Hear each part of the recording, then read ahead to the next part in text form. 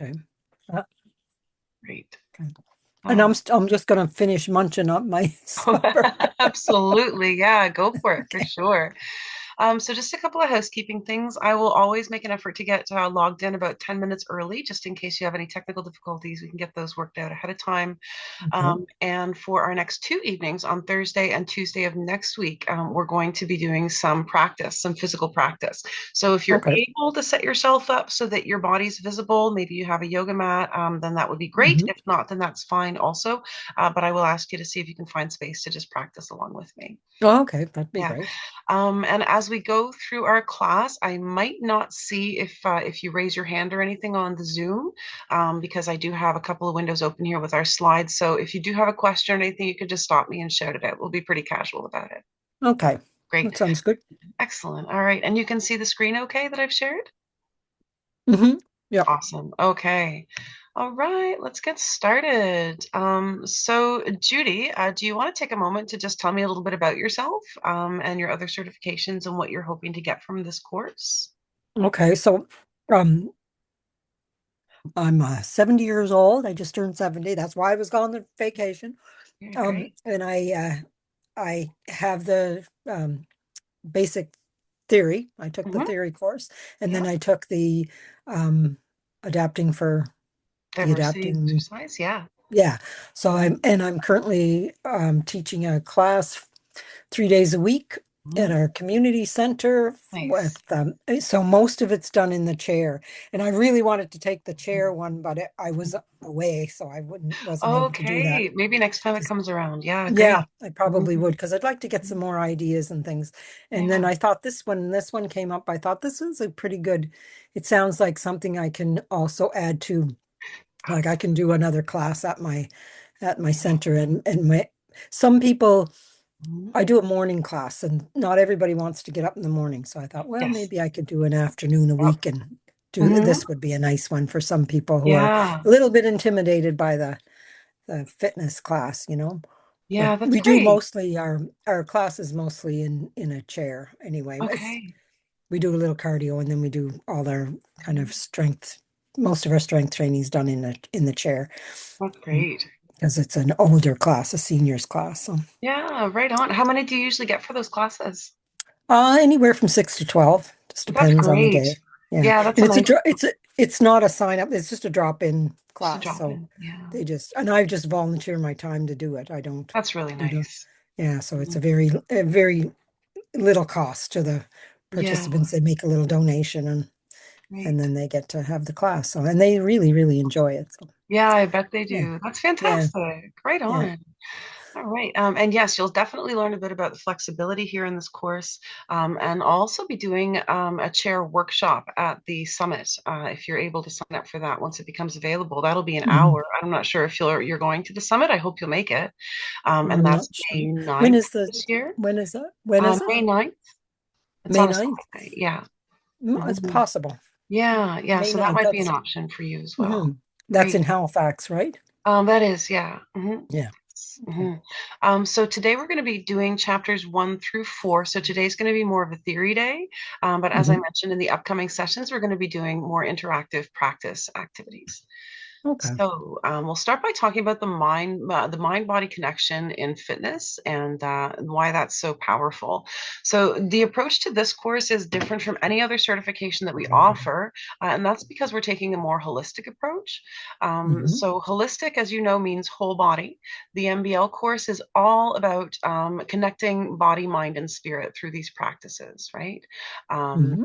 yeah, and to make positive changes to our health and well-being is the idea through these practices. And all of what we're doing and talking about is backed up by science because, as you know, we take a scientific approach. Throughout the text, you're going to see references to peer-reviewed studies and articles from reputable sources that support the information that we're providing to you. So I do encourage you to take a look at those papers and things like that. So let's take a moment to talk about mind body fitness. Mind body fitness addresses both physical and mental health, which differentiates separates it from our regular fitness classes and programs that focus mostly on fitness. It does require the exercise leader to think beyond the external health metrics, such as weight or muscle tone, and have a more inward focus. So we're utilizing the power of the mind as well to bring positive changes into the body. So we're going to talk about things like the vagus nerve and breathing practices and things of that nature. Now, this Very partnership good. between mind and body is exceptionally powerful and can really be life changing for those who embrace it, as I'm sure you already know, with the Mhm. endorphin rush that we get from exercise and things like that. So, the reason it's important to tap into the power of the mind to support physical health is because if we can learn to calm the mind utilizing proven mind body modalities to do so, we can have a really positive influence on our mental state and also on our physical state. And also because our mental state affects our physical health, it is a two-way street. And on this slide are some examples of that. So, for instance, when we feel stress, this can lead to physical tension that can cause muscles to feel stiff or tight, particularly in the neck, the shoulders, and the jaw. It Mhm. might also contribute to headaches or an upset stomach, and even things like chronic pain and fatigue. Worry and fear can also activate the body's fight or flight response, leading to a rapid heartbeat, sweating, or shallow breathing, and might even lead to panic attacks for some people. Now, Mhm. anticipation, excitement, or nervousness often causes butterflies in the stomach, that fluttery sensation that you get. That's due to changes in the digestive cavity and the activation of the enteric nervous system. And we'll dive deeper into the nervous systems in this course as Mm. well. The enteric nervous system helps to manage the gastrointestinal tract, and we'll talk about that in particular later in this session. Now, intense emotional stress from grief or loss can suppress the immune system, making the body more susceptible to illness. Our mental state can influence our physical health in a positive way, also. So, for example, practicing mindfulness or meditation can help lower blood pressure and heart rate, creating a sense of mental and physical calm. And we'll explore other ways to positively influence our mental state to benefit our physical state throughout this course as well. And it's great because these habits can be so quick and simple that we can really implement them in our classes and help people have some tools to take away with them. So now on to what a mind body leader does. So we are leaders and guides. So for example, you'll be designing classes that bring together the mind and body and guiding participants to tune into their mind body connection. That can help to lead them toward a deeper sense of well-being that moves beyond just the physical beliefs. If you have additional knowledge and skills from other certifications and workshops you've taken, you can combine that knowledge with what you will learn in this certification. So for example, with strength training, with yoga and things like that, noting that yoga is a separate certification from Mind Body Leader, although we use some yoga inspiration. So, for Mhm. example, you could do a flexibility strength class for your seniors. And you are a guide, which helps participants embrace a more whole body approach to fitness and overall health. Now, let me ask you, why do you think that the whole body approach to fitness might be a better approach? Because you're because if you're able to if you're mindful about what you're doing, you're going to be less likely to cause injury Yeah. and you're going to be able to kind of tap into what you have in your body already, what your best physical abilities. Yeah, absolutely. Yeah, Yeah. that's a great perspective. I love that, and that's so true. And bringing in that mindfulness and that presence in the moment can also make us physically stronger and help our immune systems Mhm. and things like that as well. Mhm. So now in the next section, we're going to dive a little deeper into why the whole body approach works best. So on to the nervous system. So today, like I said, a lot of technical information. So feel free to stop me if you have any questions as we go along. Now, a big reason why this whole body approach works better is because no part of the body works in isolation. On this slide, you're going to see a listing of all the different body systems. Typically, in the fitness world, we think about how to increase our capacity in the musculoskeletal system, building stronger bones and muscles, the cardiovascular and circulatory systems, and the respiratory system. So our heart and lungs work more efficiently. And then we have lots of ways to measure progress along those lines. But we do need to consider that the human body is a complex, interconnected network where every system plays a vital role in maintaining a balance. We call that homeostasis, which is the Mhm. process by which living organisms maintain a stable internal environment despite external changes. So examples of how these different body systems work together include the respiratory system bringing in oxygen, which the circulatory system then delivers to every cell. And at the same time, the digestive system breaks down food into essential nutrients that fuel our bodies. Our endocrine system, which produces hormones, and the nervous system work in harmony to regulate and coordinate these processes, ensuring we respond effectively to changes coming from inside and outside our body. And our immune system protects against disease, while the excretory system efficiently removes waste. And everything's always working together. Everything is coordinated and nothing works in isolation. And everything is essentially working all the time. Our bodies, as you know, are really quite incredible. Mhm. And these are just a few examples of these complex interactions that show how each system must work together to maintain our body's stability and optimal function. So you can imagine that even a small disruption in one system can cause ripple effects in other systems. For overall health, it's really important to think of our bodies in a more holistic way. So, when we practice mind body or yoga or meditation or other mind body modalities, we can affect many of these systems because we're activating part of the nervous system called the parasympathetic nervous system. That's important to know, which helps our body transition from fight or flight to its normal rest and digest state. And that helps us to bring our body into homeostasis, into balance. So, to get a better understanding of how it all works, let's start by taking a look at the nervous system. So, our nervous system is the command center for the body. It helps to regulate other body systems, including a network of nerves that send and receive electrical signals and chemical signals to and from other cells, glands, organs, and muscle tissues all over the body. Our nervous system is made up of our brain, our spinal cord, and nerves, and together they control much of what the body does, thinks, and feels. Working with the other systems, the nervous system is responsible for things like movement, balance, and coordination. So we also have learning, memory, thoughts, and feelings, receiving information from our senses. So sight, touch, taste, smell, and hearing, sleep, hearing, and aging, heartbeat and breathing, digestion, including hunger and thirst, and of course, our responses to stressors, right? Now, the organization of the nervous system, I really like this infographic because it lays things out so clearly. And the things on these slide, again, pretty important to know for the written exam and also to be able to talk about that scientific basis with your clients and participants.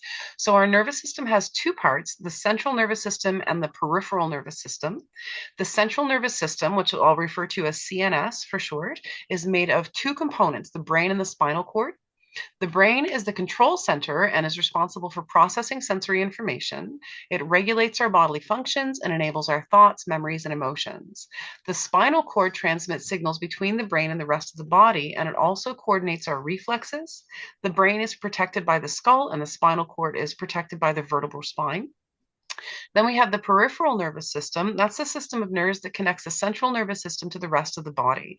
This system is responsible for both our voluntary actions like muscular movement and involuntary actions like heart rate. Okay, and digestion. The peripheral nervous system transmits information to and from the central nervous system. Communication does go both ways, so it brings in information from the outside world through the afferent senses. So things that are coming in from the outside are the afferent senses, such as from our somatic general senses that, for example, can sense temperature, pain, pressure, and proprioception. And proprioception is the body's ability to sense position, movement, and orientation in space, as you likely already know. And that information from our somatic senses comes from nerve endings in our skin, our muscles, and other membranes in the body. The peripheral nervous system also takes information from our special senses. And a question for you, which are the special senses? The special The senses? special senses, yeah. That's a tricky one. I'm not sure if you've heard that term Yeah. before. No, I don't think I have. Okay, so the special Uh, senses have organs that are dedicated just to those senses. So we have eyes for our vision, ears for our hearing. oh, okay. We have the smell happens in our nose. And interestingly, touch is actually not one of our special senses because that comes from a Okay. lot of different sensations. And although the skin is one organ, it's coming from a lot of different areas. So think of those Okay. special senses as being those dedicated organs. And then we Okay. have, yeah, and then our general senses, our somatic senses, that include pain, temperature, pressure, and touch. These are distributed throughout the entire body and they lack special organs. Now, when we get that information, the brain then processes it and sends the instructions through the efferent nerves. So that's what comes from the brain out into the body. So afferent is from the outside in, efferent is from the inside out, and it tells the different parts of the body what to do. There is a constant stream of afferent and efferent information, so incoming and outgoing, between the CNS and the peripheral nervous system and the body through nerve impulses. On this slide is the picture that shows a representation of how this works. So a sensation is transmitted to the brain, then the brain reacts to this incoming information and sends out instructions if a response is warranted. The peripheral nervous Okay. system, yeah, the peripheral nervous system is not protected by bones, and so it's clearly more susceptible to injury and trauma. And our peripheral system itself is divided further into two parts, our somatic nervous system and the autonomic nervous system. Let's take a deeper look at that on our next slide. So, our somatic nervous system controls voluntary movements by transmitting signals from the CNS to the skeletal muscles. So, this system is responsible for our voluntary movement, the somatic nervous system. The autonomic nervous system, or ANS for short, regulates our involuntary functions such as heart rate, digestion, and respiratory rate. What's interesting about respiration is that, as we know, we can control our respiration, but we're not actually controlling our respiration, we're controlling the associated muscles. And when we control our breathing, we're able to manage also things like our heart rate and our digestion and our sleep capacities and things like that. So that's the only one that's considered somatic as well as autonomic. So because we can control it to help the Okay. rest of the body. Now, Right. the ANS is further divided into three systems. The sympathetic nervous system, that's the one that prepares your body for fight or flight responses during stressful situations.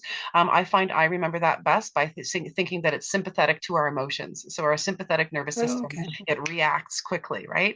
And then Yeah. our If you're parasympathetic, frightened, you're going to run away. exactly, it's Yeah. going to be reactionary. That's Yeah. exactly it.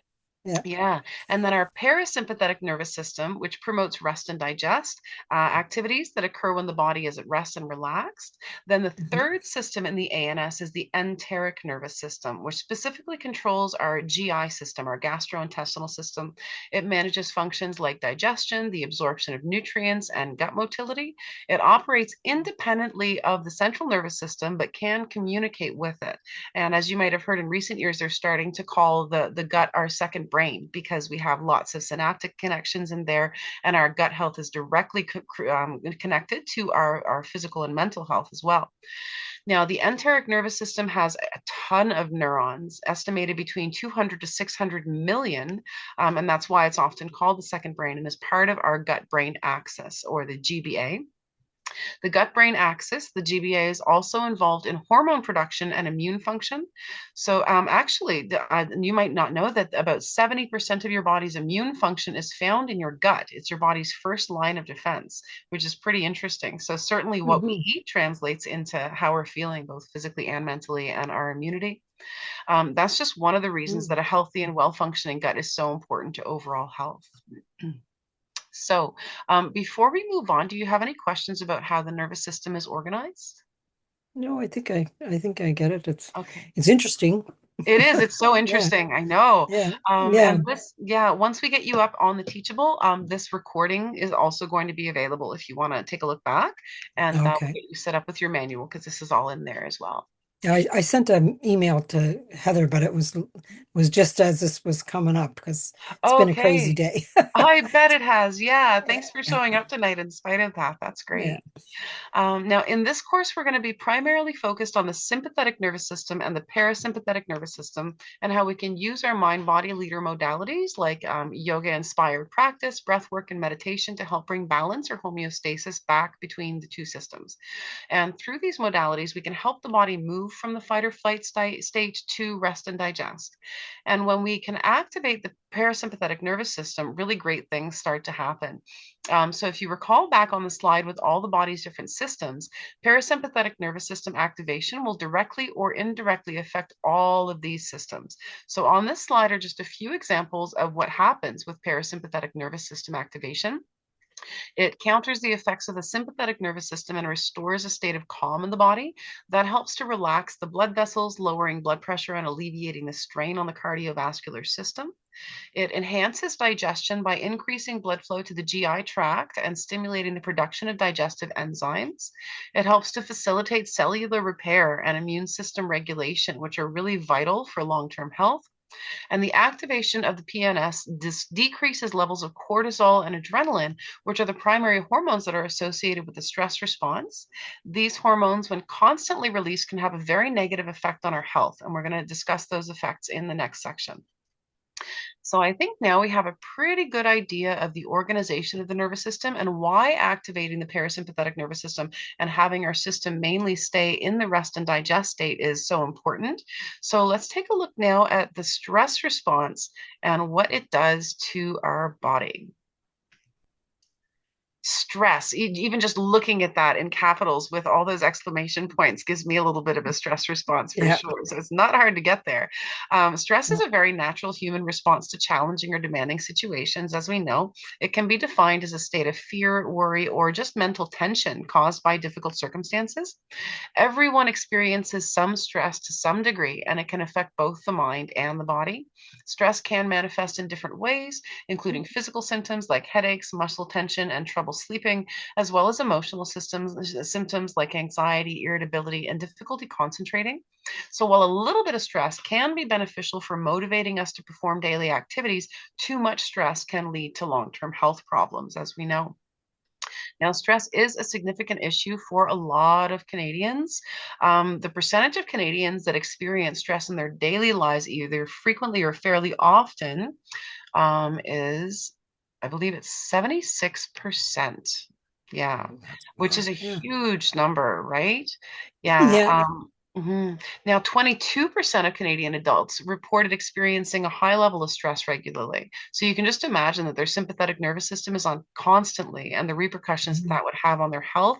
And stress is an actual visible pathway in your brain. If you go directly to that stress response, you can actually see that synaptic response. And the more that it happens, the more stressed we get just over normal circumstances, the clearer that pathway becomes and the faster we get to that stress response. So we're going to learn some techniques in this course that is going to help to reverse those effects and bring people back into their parasympathetic nervous system. So just because we're thinking about it here, can you give me some examples of everyday stressors? Everyday stressors. Work. Work, People have to go to absolutely. work, or Yes. uh, getting kids to where they have to go, that kind of Yep. thing. Family Um, stuff. Yep. Family stuff. Just like managing your day, time management, trying to get home, get dinner on the table, those kind of things. Yeah. Um, Hmm. and like if you're dealing with, it depends on the kind of job you have. If you have people Hmm. that you have to deal with either in family or in work Yes. that are Hmm. troublesome sometimes or Hmm. Hmm. cause you, they can put a that are difficult to deal with. There's lots of Yes. people like Yep. that. Lots of people Um, can be challenges. Yeah, or if you absolutely. have, it's the things that you worry about. Like I have age, and well, my mother passed away this summer, but my dad Oh, I'm sorry. is 92, so it's Okay. something that I find really the most anxious I am is making sure that I get to see him every day, like making Mhm. sure he's okay. And if Yes. and I find that I know I'm not usually a worrier or a Mhm. high anxiety person, but I Mhm. have found that I feel really responsible for making sure Yeah. that has his food and that everything is good with Yeah. him and that he Yeah. has company and so I'll be busy with my day, but it's always in the back of my mind that I gotta go Yeah. see him. And I feel Yeah. 100% better when I do. Oh, I'm so glad to hear that. And Yeah, I'll say he's really blessed to have you. I know that with having aging parents myself, that can be yeah, a challenging thing for sure. So yeah, I know it alleviates a lot of his stress knowing that you're around too. yeah, That's a yeah. big deal. Yeah. Yeah, yeah. Great. So it's Yeah. So yeah, you mentioned quite a few of the things here. I would also add to that traffic, being in Oh yeah. the city, driving in I live in a general. very tiny rural community with That very is little nice. traffic. Yeah, Yeah, so I'm that's happy about fantastic. that. Yeah. Yeah, right. Yeah. Like you Yeah. said, work-related pressures, financial Yeah. difficulties certainly affect a lot of people. Health issues, Yeah. whether it's chronic Yeah. illness, injury, or medical diagnoses, relationship Yeah. challenges, whether they're Yeah. problems or just standard relationship stuff, like you're saying with your dad and having kids around, Yeah. and also major life changes like moving, changing jobs, or getting married. Yeah. And they found that even very positive major life changes are stressful to our Still stressful. systems. Yeah. Yeah. So even Yeah. if we see them as being overwhelmingly positive, they can still stress us out. Certainly, Yeah. academic pressures, Yeah. test anxiety is certainly a thing, Yeah. assignments, performance expectations, loss of a loved one, and daily hassles, just minor annoyances can add to Yeah. that stress. They can all Yeah. trigger the body's stress response. And the challenge in today's world is that, way back when we used to have a stressor like the lion in the grass, and we'd outrun the lion, and then the stressor was over with, and we activated Yeah. the fight or flight response. We don't have that really anymore. Most of us Mhm. are sedentary and having to deal with the stress in our bodies without anything to alleviate it. So now, if you recall, when we talked about how the whole body worked together to maintain homeostasis and that even small changes can throw off the delicate balances in our body, stress can play havoc in the body and affect each of our body systems in different ways. And they, in turn, will affect others if they try to maintain homeostasis. So, what stress can do, a couple of things, is cause muscles to tense up, which can lead to tension headaches, migraines, musculoskeletal pain, especially in the shoulders, neck, and back. It also worsens chronic pain conditions. It can make breathing more difficult, especially for those with pre existing respiratory conditions like asthma or chronic obstructive pulmonary disease or COPD. It can increase the heart rate and blood pressure, which can lead to high blood pressure, which leads to other chronic conditions in the longer term, such as risk of heart disease and other cardiovascular issues. It can trigger the release of hormones like cortisol and adrenaline, which can disrupt various bodily functions and contribute to conditions like diabetes and other metabolic diseases. It can affect digestion, leading to stomach aches, bloating, acid reflux, and irritable bowel syndrome or IBS. Do you ever notice that your body receives food differently when you're stressed and when you're not? Do you notice that Mhm. yourself? Yeah. Yeah, Yeah. I do for sure. Some things will give me heartburn if I'm stressed, but otherwise I'm fine, right? Yeah. Pretty Yeah. interesting. Yeah. Yeah. It Um, is. and stress can also weaken our immune system, making the body more susceptible to infections and illnesses, and autoimmune issues and skin conditions can develop and worsen. So, to Mhm. give you an idea of how stress can affect our skin, because of the increase in cortisol, it can increase acne, and stress can cause conditions like eczema, psoriasis, and rosacea to flare up. Some people get hives or rashes with stress. I know I personally have, and that's because histamine is released in the body, causing an allergic reaction. And wound healing can also be affected negatively as well. It slows down with stress. So, the physical manifestations of stress can really play havoc throughout the body. Another interesting one I found is when we're grieving and we talk about having a broken heart, there's this condition called Takotsubo cardiomyopathy. And that's based on Takotsubo, which means squid jar, it means squid jar heart. And when people have extreme stress or extreme grief, then their heart actually contorts into the shape of this squid jar. And if that goes on for too long, then it can actually cause some very serious issues. And that's just from the emotions in our body and mind, right? Pretty Mm. interesting stuff. Yeah. Yeah. Now the HPA axis and stress.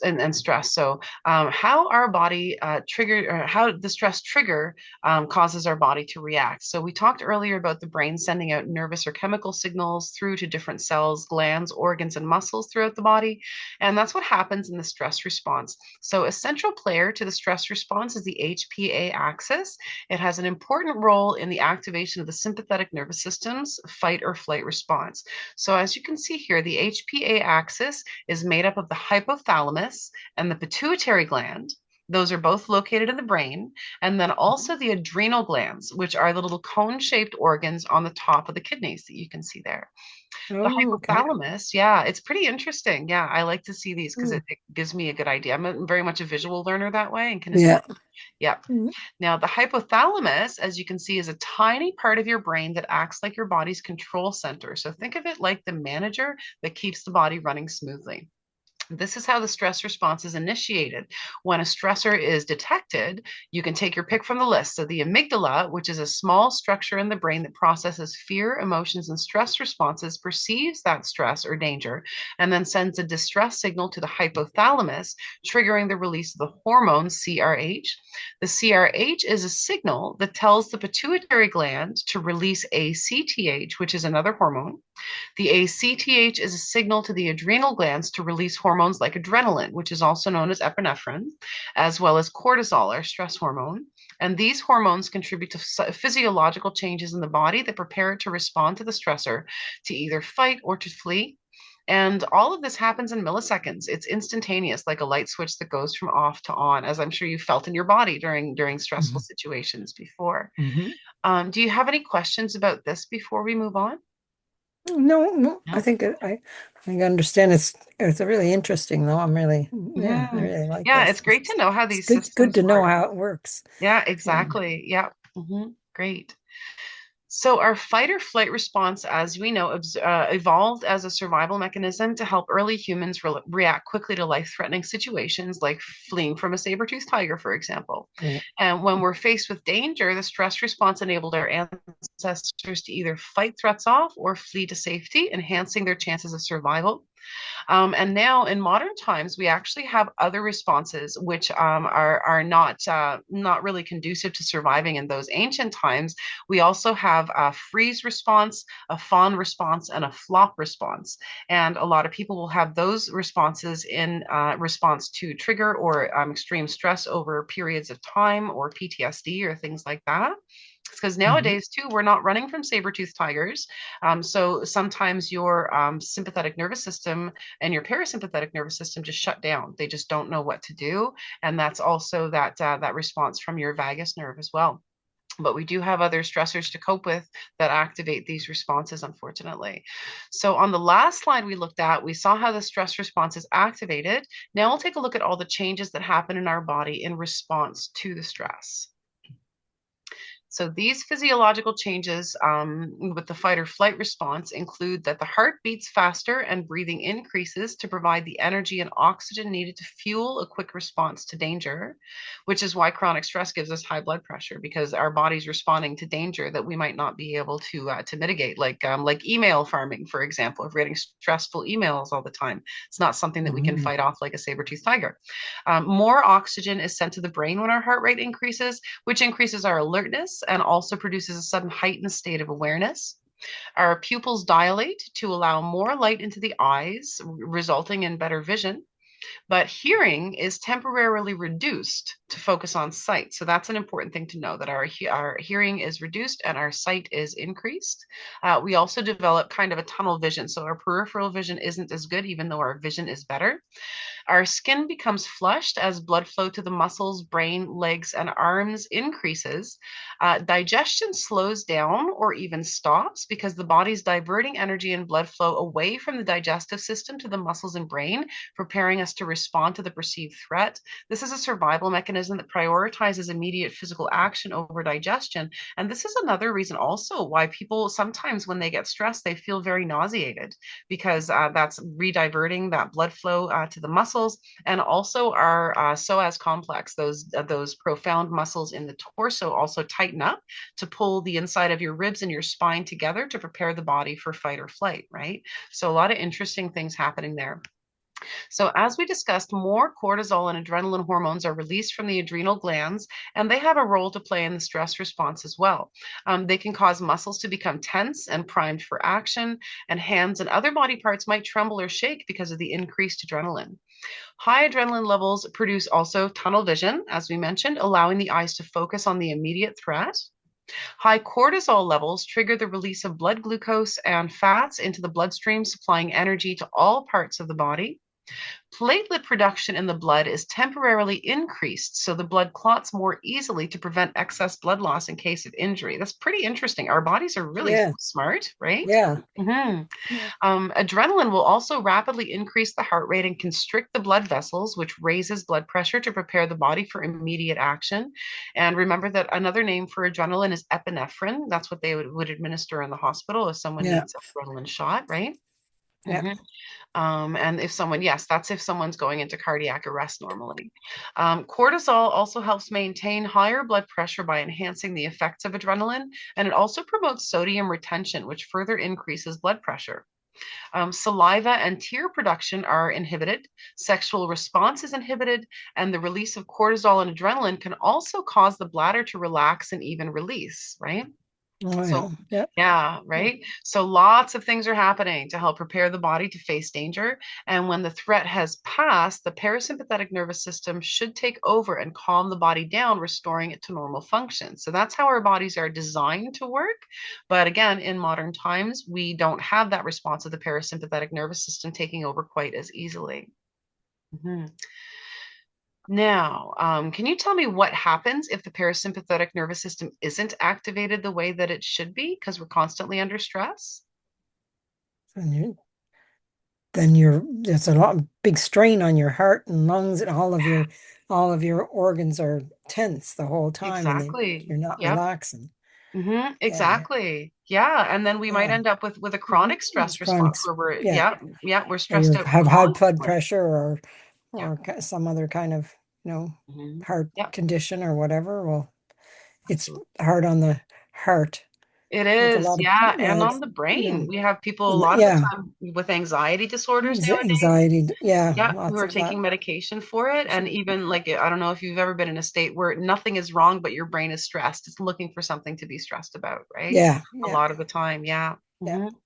Yeah. So talking Um, a little bit about chronic stress. So although we're not being chased around by saber-toothed tigers anymore, we're still inundated with stressful situations like we discussed. mhm. If we react to stress and then return to rest and digest, the system's working the way that it's supposed to.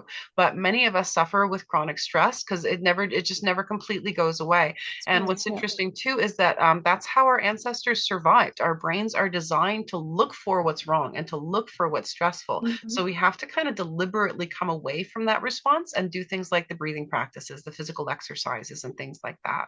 Yeah. So, when our sympathetic nervous system is continually activated, keeping in mind that both systems, the SNS and the PNS, those can't be effectively activated at the same time, right? So, our sympathetic nervous system, our fight or flight, and our parasympathetic nervous system, rest and digest, are on opposite ends of the spectrum. They're opposing reactions. So, with continual activation, the stress response physiological changes that were meant as short term strategy for survival now become activated constantly and can have really devastating consequences for our health, as we know. Hmm. So, keeping in mind that the stress response can increase blood pressure and heart rate. So, if it's chronic, it can increase the risk for heart disease like heart failure and arrhythmia, and cardiovascular disease like coronary artery disease, which is the narrowing or blockage of the arteries. It can also cause hypertension or high blood pressure and strokes. Pardon me. Because stress slows or shuts down digestion, the digestive process is also disrupted. Digestive enzymes aren't produced or not enough are produced, and we have an increase in stomach acid as well, which can lead to digestive issues, including chronic indigestion, heartburn, acid reflux, and it can also inhibit the absorption of certain nutrients with that higher stomach acid. It can exacerbate peptic ulcers, irritable bowel syndrome with symptoms like bloating, gas, diarrhea, constipation, and abdominal pain, and inflammatory bowel disease or IBD like Crohn's disease, Hmm. diverticulitis, and ulcerative colitis as well. So now elevated cortisol levels can also make cells less responsive to insulin, leading to insulin resistance and higher blood glucose levels, which increases the risk of developing prediabetes or type 2 diabetes and is also a contributing factor for obesity and other metabolic diseases. Stress can lead to unhealthy lifestyle habits and weight gain, which are risk factors for metabolic syndrome. Metabolic syndrome is a cluster of different conditions, including high blood pressure, high blood glucose, and excess body fat around the middle, which is associated with high cortisol levels, cortisol being our stress response hormone, and abnormal cholesterol levels as well. These symptoms are all associated with the stress response. Chronic stress can cause inflammation also, which is linked to various metabolic disorders. High cortisol disrupts the circadian rhythm as well, which is our sleep wake cycle.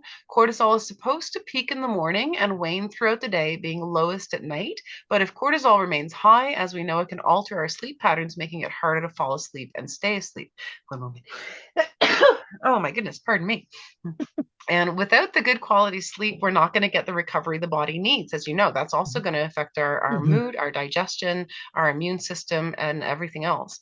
Now, high cortisol levels from chronic stress can suppress the effectiveness of immune cells and reduce the body's ability to fight off infections. And chronic stress can also lead to chronic inflammation, further impairing immune functions and increasing susceptibility to illness.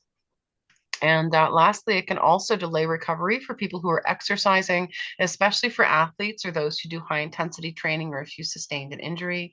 It's a contributing factor to anxiety and depression and can eventually lead to burnout and a feeling of really overwhelming fatigue, right? So that's where we come in, is helping people to counteract the stress response. And so after talking about all of that, I know that I feel stressed a little bit in my body and mind just by bringing up all of these symptoms and Yeah, learning about their effects. I know that we've all felt the effects of chronic stress at one time or another in our yeah. lives. So let's just take a moment to recenter before moving on. So we'll do a quick little practice here. I'll ask you to just find your seated position nice and tall here with the shoulders down and back, neck long, and the chin tucked. And you can place your right hand on your belly if you're comfortable doing so.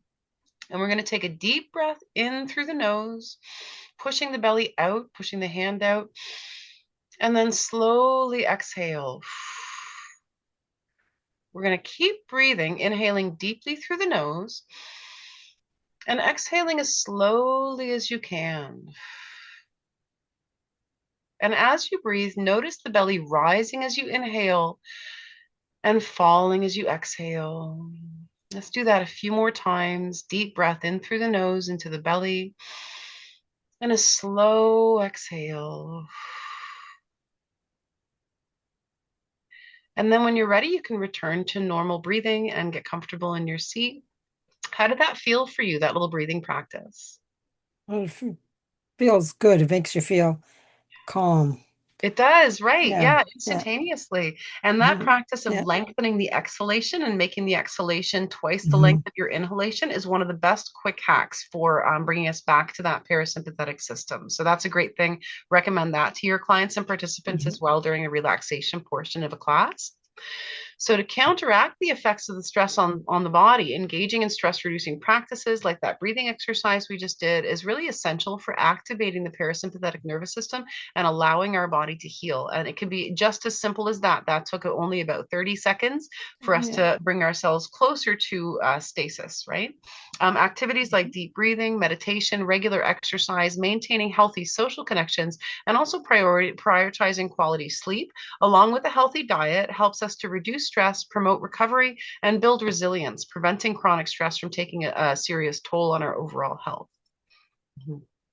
And the interesting things to me is that a lot of these practices are really so simple, and they're so simple that people don't do them, right? Because we feel Hmm. like things are supposed to be Yeah. complicated in order to work. But that's definitely something that you'll be able to bring to your participants. And just like we Yeah. did just now, they'll be able to feel it in their body as you're doing them. And hopefully Hmm. they'll take those practices away with them. Now, a mind body leader can help participants and clients to activate their parasympathetic nervous system, our rest and digest system, by providing classes and programs that include these modalities. And staying within their scope of practice, mind body leaders can help educate participants on the importance of prioritizing quality sleep, maintaining a healthy lifestyle, which includes a healthy diet and regular exercise, as well as work life balance and maintaining healthy social connections. Now, in chapter 10 in your manual, we discuss staying within scope of practice. For example, unless you're a dietitian or have additional certifications in nutrition, you're not going to be making recommendations for specific diets, but you can talk in general about the importance of a healthy diet, Hmm. eating whole foods, and also refer people to the Canadian Food Guide, and we provide you with links for that.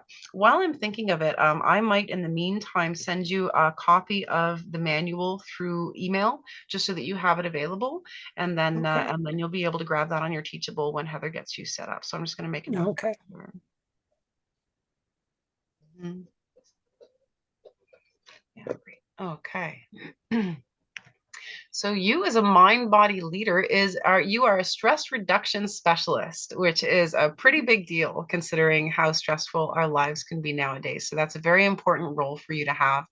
In this next section, we're going to explore how the vagus nerve and high heart rate variability, or HRV, and vagal tone all contribute to overall well-being, and how mind-body practices like yoga, stretching, meditation, and breath work can support their function.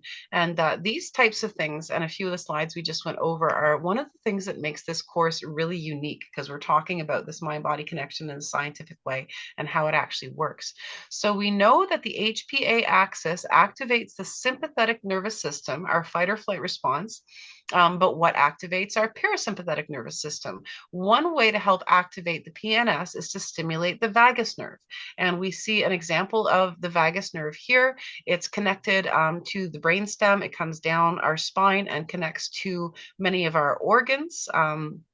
And those ones that have those automatic responses, like our heart rate, our breathing, our digestive system, etc. The vagus nerve is the longest cranial nerve in the body, running from the brainstem to our major organs, as you can see, and our digestive Mhm. system. Its name comes from the Latin word vagus, which means wandering, reflecting its widespread influence throughout the entire body. As part of the parasympathetic nervous system, the vagus nerve acts as a communication highway. It sends signals between the brain and the body to help regulate key functions, such as slowing down the heart rate to promote calm, encouraging slow, steady patterns of breathing, which we just learned you can basically hack your vagus nerve by breathing more slowly, because that tells your vagus nerve in your brain that you're already relaxed, even if you aren't. So that's going to send the rest of your body toward that stasis. Enhancing blood flow to the gut and stimulating digestive enzyme production to aid in digestion, reducing chronic inflammation through immune system regulation. And there's more and more research supporting that inflammation is the basis for a lot of our diseases and chronic Mhm. conditions. As well, the vagus nerve can affect areas of the brain that are connected to emotional processing. It can influence mood, stress, and anxiety levels. For example, stimulating the vagus nerve increases activity in the amygdala of the brain. So if you recall, the amygdala was the part of the brain that activated the hypothalamus and starts the stress response. Now, because the amygdala is involved in processing emotions, when the vagus nerve is functioning well, it stimulates the amygdala, promoting a sense of well-being, which might help you feel more relaxed and happy while reducing negative emotions like fear and anger. So, in essence, a well functioning vagus nerve can help signal the amygdala that all is well, contributing to a calmer and more balanced emotional state. And we'll learn some other interesting tools to help hack that vagus nerve, like humming and things of that nature. The vagus nerve is also responsible for maintaining balance in the body, but persistent overstimulation can disrupt this balance, causing negative effects on bodily systems. So, dysregulation of the autonomic nervous system, the ANS, might occur where the vagus nerve struggles to regulate the parasympathetic and sympathetic systems properly, leading to a state of chronic imbalance. Dysregulation and overstimulation of the vagus nerve can be caused by things like injury or trauma, which might cause physical damage to the nerve or surrounding areas. It can be caused by surgery complications, as certain surgical procedures can inadvertently affect the vagus nerve. Infections that affect the nervous system can lead to dysregulation. Gastrointestinal disorders like gastroparesis, which is delayed gastric emptying, which can cause nausea. Pardon me once Bless again. you. Thank you. And it can cause nausea, vomiting, and abdominal pain. It can impact the vagus nerve. Our autoimmune disorders can cause the body's immune system to attack the vagus nerve. Some medications and drugs can also affect the vagus nerve's function. Chronic stress itself can cause dysregulation as well, as continuous stress can bombard the nervous system. It does create a cycle. And Mhm. overtraining and excessive exercise can also cause vagal nerve overstimulation. So, too much of a good thing. For example, doing a lot of high intensity workouts and classes without enough rest in between. Dysregulation of the vagus can result in either an overactive parasympathetic response with symptoms like excessive slowing of the heart rate or drops in blood pressure, or a dominant sympathetic response like chronic stress and fight or flight activation, sometimes for literally no reason. You know, you wake up in the middle of the night and your whole system is anxious, or in the middle of the day, maybe you're Mm. just at work and all of a sudden your heart rate increases for no apparent reason. And both of those states can cause challenges for the entire body. So with dysregulation, either the parasympathetic nervous system or the sympathetic nervous systems can become dominant, which means the vagus nerve isn't functioning optimally. We can get an idea of how well the vagus nerve is functioning by measuring vagal tone. Vagal tone, another important term to know, that refers to how well the vagus nerve controls recovery from this SNS state to the PNS state. So from the sympathetic to the parasympathetic state. Essentially, it's how well the vagus nerve is doing its job. If there's a high vagal tone, then recovery is what it should be. So high vagal tone is a positive thing. Low vagal tone means the vagus nerve is not functioning well and the recovery is impaired. Typically, vagus nerve dysregulation equals low vagal tone. It's just not working well. So no matter what the cause, chronic vagus nerve overstimulation can lead to dysregulation or low vagal tone, which has effects throughout the entire body. Low vagal tone can be associated with everything from digestive issues to like gastroparesis, IBS, like we talked about, bloating, abdominal pain, chronic fatigue, low energy, and immune system suppression, so that we're more susceptible to infections and take longer to recover from illness. Some cardiovascular symptoms include irregular heartbeats and heart palpitations, changes in blood pressure, which might cause dizziness and lightheadedness. Also, respiratory problems, so shortness of breath and wheezing are also possible symptoms. Aggravation of existing symptoms and inflammation. Neurological symptoms, including anxiety, depression, and migraines. Heightened sensitivities to stressors, like we talked about earlier, and less resilience and ability to cope. That's also a sign of low vagal tone. Difficulty swallowing and loss of gag reflex are also associated with vagus nerve issues, and voice changes like hoarseness, wheezing, or loss of voice can occur because the vagus nerve actually runs down the back of the throat. And that's one reason that humming as a practice can help to stimulate the vagus nerve and bring you back to a high vagal tone and regulate the body. And Hmm. also with low vagal tone, there is a decreased heart rate variability, or HRV. Yes. Okay. Now, a question for you. What is heart rate variability? Is that something you've heard of before? I think so. I think Okay. that just means you the I guess how your heart rate varies throughout actions and Yeah. what you're doing Hmm. throughout your day. Absolutely. Like, Yeah. I guess my Fitbit does that when I'm out for a walk. It tells me if I'm going vigorous or moderate or low or Yeah. at peak, whatever. It'll tell me that, and that's Right. because Yeah. it Yeah. varies So depending on the it does exertion. vary. Yeah. Absolutely. Yeah. So that's in relation to heart rate, activity related. We're talking about HR. When we talk about HRV, we're talking about the variation in time between consecutive heartbeats. And that's going to happen Okay. naturally. That's something that you might see on, I believe, is it an MRI? Where they test your heart rate and All right. and consider just keeping in mind that high heart rate variability is positive. So it's not the same as something like an arrhythmia, which is not a positive thing, right? So high Right. Right. HRV, we want to have that variability between our heartbeats. And that's one of the best ways to measure our vagal tone is with our HRV. It's an important indicator of your autonomic nervous system's health and overall well-being. So, contrary to what many people believe, a steady heart rate that's the same all the time is not really ideal. Instead, like we said, the higher HRV, greater variability in the time between beats indicates a healthy, adaptable nervous system. So, for a normal, Okay. healthy adult, HRV can vary quite widely, but generally, an active adult might have an HRV range of 50 to 100 milliseconds, which is actually quite broad when we're talking about heart rate. Yeah. This range is typical for active adults who are physically active on a regular basis and have good cardiovascular health. Now, keep in mind that HRV can be influenced by various factors, including stress, sleep quality, nutrition, and overall health. HRV is closely linked to vagal tone, as we mentioned. So, Hmm. high HRV and high vagal tone signal a well functioning vagus nerve. Mhm. And that vagus nerve would have a strong ability to activate the parasympathetic nervous system, the rest and digest system. Pardon me, I'm a little dry this evening. This helps the body to respond to stress and recover quickly. Just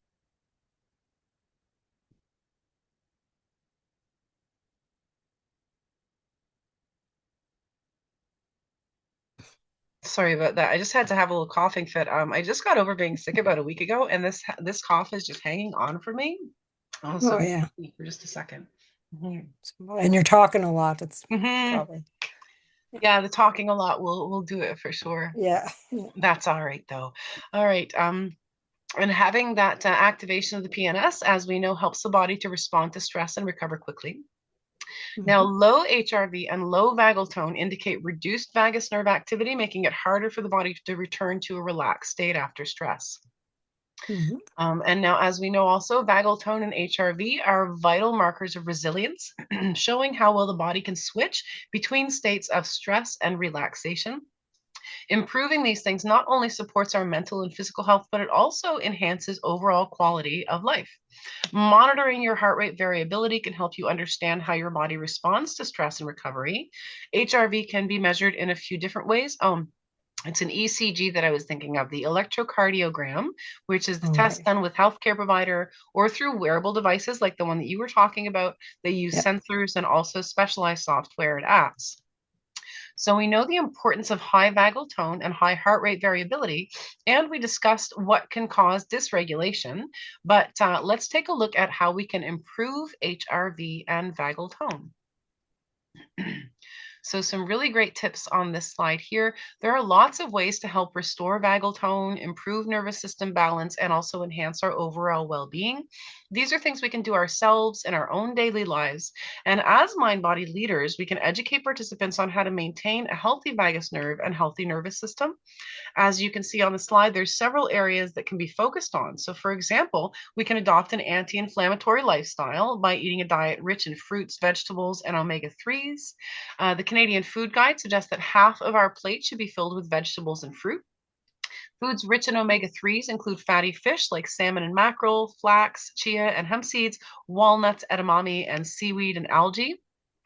And finding a balance in your exercise routine and not overdoing it is really crucial. A lot of people exercise as a response to stress and they use it to manage stress. But when that gets overwhelming, it can become way too much. We can end up overtraining. Moderate exercise is generally beneficial for vagal tone, but especially if you have low vagal tone, it's important to avoid pushing your body too hard, as high intensity exercise can potentially worsen vagus nerve dysregulation. Overtraining or excessive exercise, exacerbated by not enough recovery time, can overstimulate the nervous system, leading to a decrease in HRV. Now, cold water immersion, cryotherapy. This has become more popular Mhm. Yeah. recently in the Western world. Yeah. But it's Yeah. been practiced for centuries throughout Europe and Asia. We know that receptors in the skin sense the cold, sending a signal to the brain, and that triggers our diving reflex. That slows the heart rate to help conserve oxygen and redirects blood flow to the vital organs. The diving reflex helps the body to maintain a calm state. This is why you might feel a sense of relaxation and calm during and after cold water immersion. It's also Mhm. triggered when the face is submerged in water. So, splashing your face with cold water will Oh, also yeah. activate the parasympathetic nervous response. While individual sleep needs can vary, most adults require between 7 to 9 hours of quality sleep per night to support optimal vagal tone and overall health. Consistent restorative sleep helps maintain the balance between the parasympathetic and the sympathetic nervous systems, promoting relaxation and recovery. Does your wearable device tell you about your sleep as well? Yeah. It does. Yeah, it's It does. interesting stuff, isn't it? Yeah. Yeah. Yeah. It's But not, my sleep's not great. That's I found that out one when I thing. had a wearable as Yeah. well. Yeah. Yeah. Yeah, it's But interesting. I do find that I have to tire myself out during the day. I have to, the more active I am during the day, the better I sleep. Yes, I guess it makes sense, absolutely. but That does. That yeah, makes perfect sense. And yeah, it's great yeah. that you found something that works for you that way, because a Mhm. lot of people they're not connected with that. So they might end up taking No, taking pills or something to try and sleep, which yeah, just exacerbates the problem in the long term, right? Yeah, no, yeah, that's great. yeah. And of course, you can also help manage stress and restore vagal tone through mind body practices like we've Mhm. discussed. So we'll Yeah. take a look into that in a bit more depth. Mind-body practices stimulate the vagus nerve and activate the parasympathetic nervous system, as we know. Yoga and yoga adapted practices, those are one of the most effective ways to enhance vagal tone. Regular yoga practice has been shown to increase heart rate variability, and one study showed that HRV improved with just one single 30-minute session. So, a couple of reasons for this is because yoga lowers cortisol levels and reduces overall stress. When practicing yoga, the focus on alignment and breathing deepens the connection between the body and mind, promoting relaxation. It also brings us to mindfulness. So, we're not stressed about the future, we're not dwelling on the past, we're right there in the moment Mhm. because your brain's only capable of thinking of one thing at a time. And if it's your breathing and how your body feels, that's a great way to bring us back to stasis. Mm. Poses like forward folding and twists are particularly effective for calming the nervous system and stimulating the vagus nerve. And stress in the body is stress in the brain, as you know. So tightness in our hips and our shoulders and things like that. Sometimes we don't know how much we need a stretch until we get into it, but your Mhm. brain is still going to recognize that tightness and get stressed out because of it. Now, meditation reduces activity in the amygdala. A study published in the Journal of Psychiatric Research showed that through neuroimaging, that participants in an 8-week mindfulness meditation program reduced the size of their amygdala, which correlated with a decrease in their stress levels. So these are things that are visible on MRIs, that we're physically making changes to our brains. Stretching stimulates the vagus nerve indirectly by activating the PNS, the parasympathetic nervous system. Deep intentional breathing is one of the fastest ways to activate the vagus nerve, as we felt earlier in our little Mhm. practice. It stimulates the nerve through the diaphragm and reduces sympathetic nervous system dominance. So, a calm breathing rhythm signals the vagus nerve to activate the parasympathetic nervous system. So, your brain is pretty easy to trick. Again, if you're breathing slowly and deeply, your brain thinks, oh, I must be relaxed, right? Right. Yeah, even a simple practice like that long exhalation that we tried can activate the vagus nerve and promote relaxation, which is great. It's great that it's that simple and easy to remember a practice like that as well. Now, when the vagus nerve is functioning well and the parasympathetic nervous system is regularly activated, the body experiences numerous benefits. So, for example, higher vagal tone is linked to reduced depression, anxiety, and emotional reactivity. A healthy vagus nerve enhances physical health by reducing inflammation, supporting digestion, and regulating blood pressure. Regular parasympathetic nervous system activation allows the body to repair tissues for better recovery and helps to maintain a strong immune system. High HRV and good vagal tone increase our resilience and improve our ability to adapt to life's challenges, both physically and emotionally. So, what we can do to strengthen our vagus nerve so we can reap the benefits of better overall health. On this slide are some simple things we can do every day. We can practice slow breathing, slow diaphragmatic breathing, so breathing into the belly, expanding the rib cage outward, aiming for 6 to 8 breaths per minute, or even fewer than that. You might even be able to get to just one breath per minute, and with that really lengthened exhalation, especially. And incorporating yoga or stretching every day, that has a number of benefits. The gentle poses and stretches help relax the body and stimulate the vagus nerve, as well as increasing flexibility. Daily meditation, even for 5 to 10 minutes a day, can have profound effects, and meditation can look different to different people. It doesn't necessarily mean sitting in a quiet room with your legs crossed, chanting Om for hours at a time. It can look like taking a walk in nature or even going for a Mhm. little jog, just ways that you can find flow and just be mindful in the moment. And bring your body back to stasis. Even that short breathing practice that we tried, just 30 seconds, can be a form of meditation as well. Splashing your face with cold water or ending a shower with cold water can help to activate the vagus nerve. That's something that I do with every shower. I finish it as cold as I possibly can. And that makes a big difference, I find, for calming the entire body and brain and for chronic pain conditions as well. You can also sing, hum, or gargle. As we know, these activities stimulate the vagus nerve through the vibration in the throat. So, really interesting things. And that's a pretty interesting thing with Eastern traditions that do chanting and do use things like the word Om. That's basically what they were doing, is they were stimulating the vagus nerve. So there's a scientific basis for using these things for Okay. sure. And of course, you can also foster social connections, because positive interactions with others help to increase vagal activity and heart rate variability as well.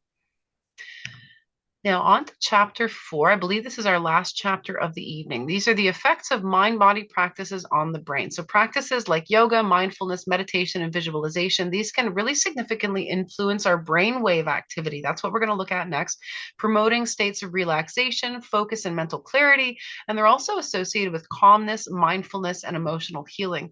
So, in this section, we're going to learn how mind body practices can actually alter our brain waves and transform our mental state. So the brain operates using electrical impulses that create different patterns of activity called brain waves. Brain waves vary in frequency and amplitude. So these are two things, again, two words you're going to want to know. Frequency refers to the number of waves that occur per second. And then amplitude refers to the height and depth of those waves. Okay. So if you take a look at our slide here, what's the frequency of these brain waves? How many brain waves do you see? Mm. We'll look at the lumps, the Okay. mountains there. There's two. Yeah, Yeah. exactly. Yeah. Yeah. Yeah, so we'd say that the frequency is 2, and Two. Okay. yeah, and then then that's 2 hertz, as you see there at the bottom. Our frequency is Okay. Yeah. 2 hertz. Yeah. So pretty easy to count. And that indicates how fast the brain waves are oscillating. So for example, delta waves have a very low frequency. That's 0.5 to 4 hertz, whereas beta waves have a higher frequency. That's 13 to 30 hertz. And we'll look at the definition on the next slide as well of those. Now, the amplitude is the height or the strength of the brain waves, including the power or intensity of that signal. Higher amplitude means stronger brainwave activity, while lower amplitude means weaker activity. So the picture on the Okay. slide shows a frequency of 2 waves in a 1 second period. And as we see, that frequency would be 2 hertz. Mhm.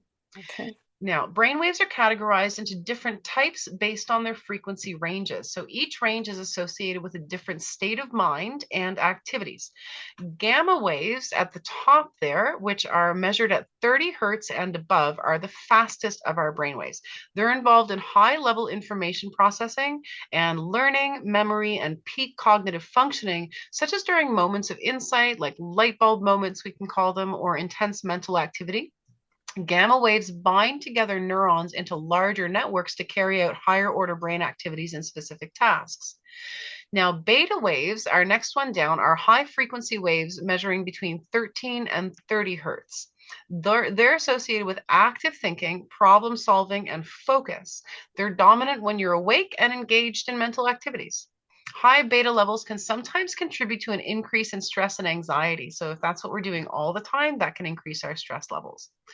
Then we have alpha waves. They run between 8 and 13 hertz. They're associated with a state of relaxed alertness.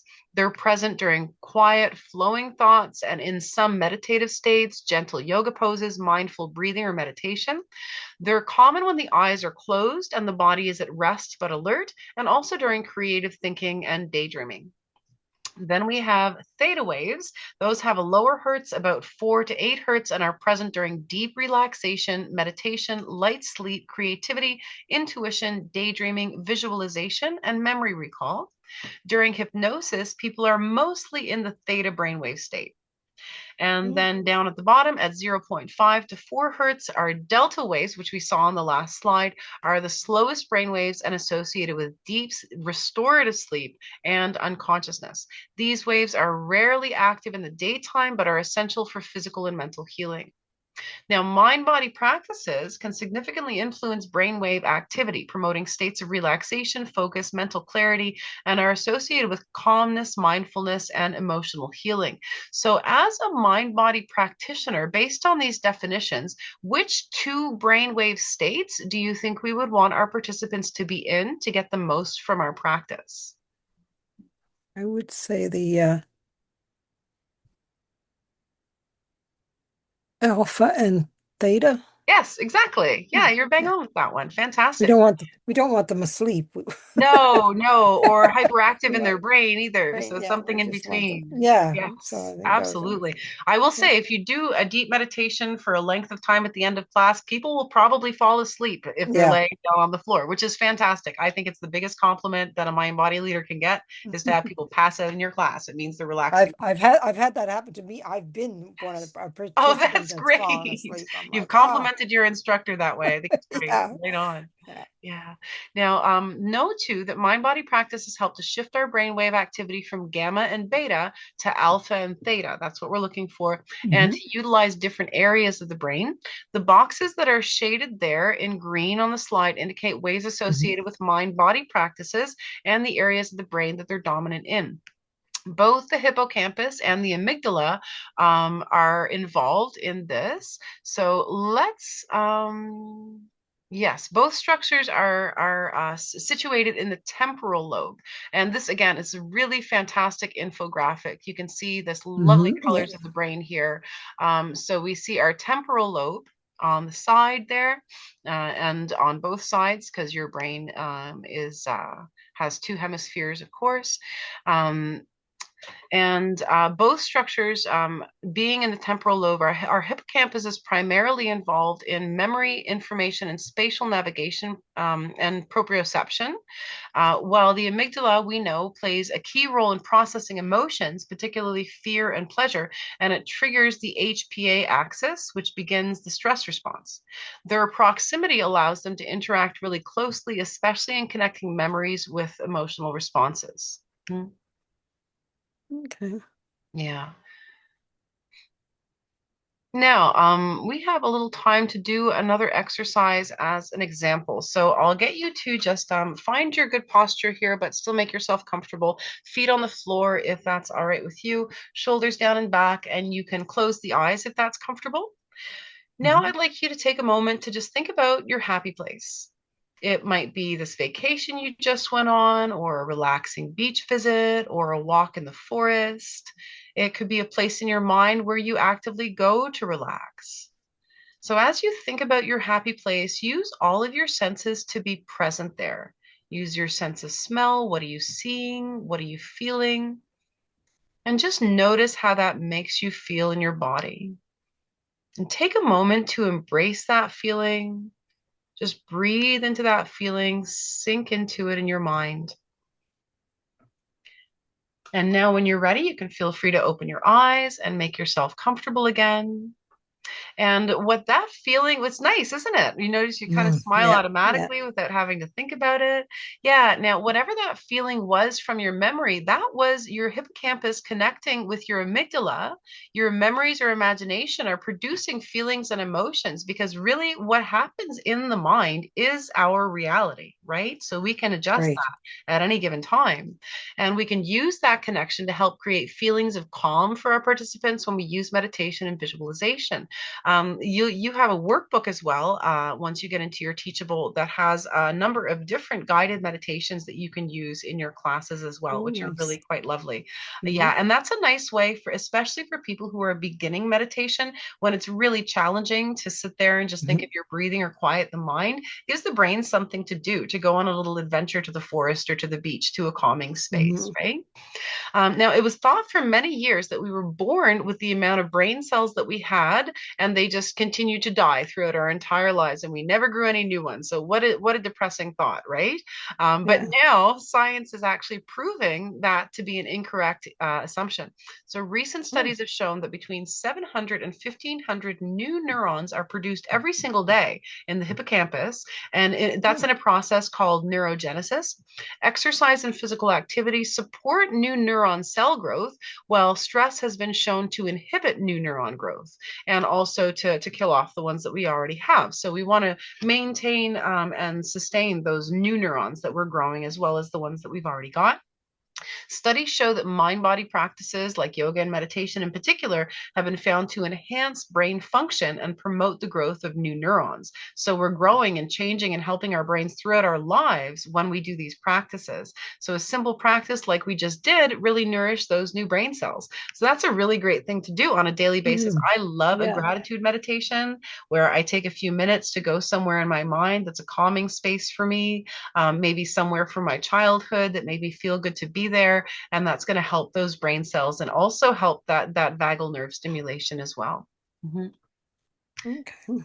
Now, calming the brain's response to stress. When you experience stress, your brain's activity shifts, increasing the dominance of beta waves, which can put you in a heightened state of alertness as part of the fight or flight response. As we know, chronic stress can lead to prolonged periods of high beta wave activity, which contributes to anxiety, restlessness, and difficulty concentrating. Now, to counteract the effects of stress and promote relaxation, it is beneficial to increase the presence of alpha and theta waves. Alpha waves reduce stress and promote relaxation and a sense of mental clarity. They're commonly activated during mindfulness or breathing exercises, helping to quiet the mental chatter, allowing for greater focus and present moment awareness. Starting the Mm. practice session with mindfulness or meditation or breathing exercises can really help your participants transition from beta waves to alpha waves and become more present and ready for the session. I always think it's a good idea to start with breathing practices because they're going to use that Mm. throughout the entire session when they're doing certain movements and things like that, connecting with the breath. And you can do that like we did, placing a hand on the belly and just coming into that diaphragmatic breathing practice with a slow exhalation. Alpha waves are associated with restorative poses like child's pose or shavasana, which we're going to cover in chapter 5. And while practicing breath focused techniques such as diaphragmatic breathing or equal breathing, covered in chapter 6. Now, theta waves encourage introspection and emotional healing, fostering a deeper connection between mind and body and helping with deep meditation, visualization, and accessing subconscious thoughts. They're linked to the activation of the parasympathetic nervous system, our rest and digest system, helping to lower heart rate and cortisol levels, and are associated with yoga poses like seated forward fold or reclining butterfly, and meditative practices combined with deep breathing. Theta waves are also associated with spiritual exploration. Now, mind body leaders can help participants to transition from beta wave activity to alpha wave and even theta wave through the use of techniques like mindfulness meditation and loving kindness meditation, gratitude meditation, and deep breathing exercises, which can help shift the brain from beta to alpha waves. We can play calming music or nature sounds during the session to help enhance alpha wave activity and create a peaceful mental state. I would say do vet your tracks. One of my favorites is bird song, because your body naturally relaxes when we hear birds singing because birds don't Mhm. sing when there's chaos, when there's danger, right? So we naturally assume Right. all is well if we hear birds, but you'll get the occasional crow or seagull in some of these tracks. So it might not be the one you want to use. So just make sure you're vetting them before you use them in a class. Um, Now, you can also use progressive muscle relaxation techniques that involves tensing and then relaxing different muscle groups, which can help reduce beta wave activity and promote relaxation.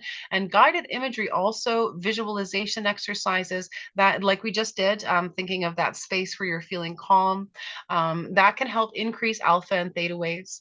All of these techniques foster a sense of calm and well being. And that is actually all for this week. We tend to wrap up pretty Oh, quick on the first day. So, do yeah. you have any questions about anything that we covered today? I don't think so. I think everything's I understand it. Yeah, Okay, I think so. fantastic. Yeah, I think it's pretty straightforward. It took Hmm. me a while to get it the first time I went through this stuff a few years ago, Hmm. but yeah, no, I find that it's so interesting that Yeah, it is. It's really fairly interesting easy then. to retain. So for our next session, we're going to cover chapter 5, and Okay. we're going to start by going over some yoga poses. We're going to be doing a little Okay. practice in our next session. So as I mentioned, if you're able to get set up so that you can do that Hmm. along with me, that would be fantastic. Yeah. And then on Tuesday next week, we're going to cover chapters 6 to 9. And then on Thursday next week, we're going to do chapters 10 to 12 and a really good solid review to prepare you for the written exam. Okay. And this will all be in the notes. And like I said, I'll touch base with Heather about your teachable, and we'll go from there. All right. Okay, sounds Well, thank great. you so Okay. much, Judy. Thanks for being here Mm, this evening. well, Yeah, thank great to you. see you Yeah. again. All right. Absolutely. Okay. All And I will right. see you on Thursday at 6:30. Okay. Thank you. Have a good night. Bye Bye. now. Good night.